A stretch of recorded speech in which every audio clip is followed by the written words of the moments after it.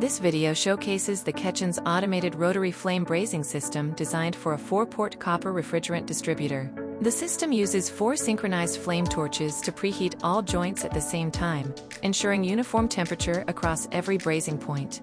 Next, 4 wire feeding guns automatically deliver the alloy brazing wire with controlled speed and stable positioning. Continuous heating allows the filler metal to melt, flow, and penetrate deeply into each joint, achieving strong, leak-free connections. At the end of the video, you can clearly see the cooled brazed joints, smooth, full, and visually consistent. Precise temperature management ensures 100% penetration and repeatable quality across every production cycle. This type of automated brazing system is ideal for high-volume manufacturing of HVAC copper components, heat exchangers, refrigeration assemblies, fluid distributors, and other multi-port copper fittings. Viewers interested in automation-based brazing solutions are welcome to visit our website and get in touch for more details.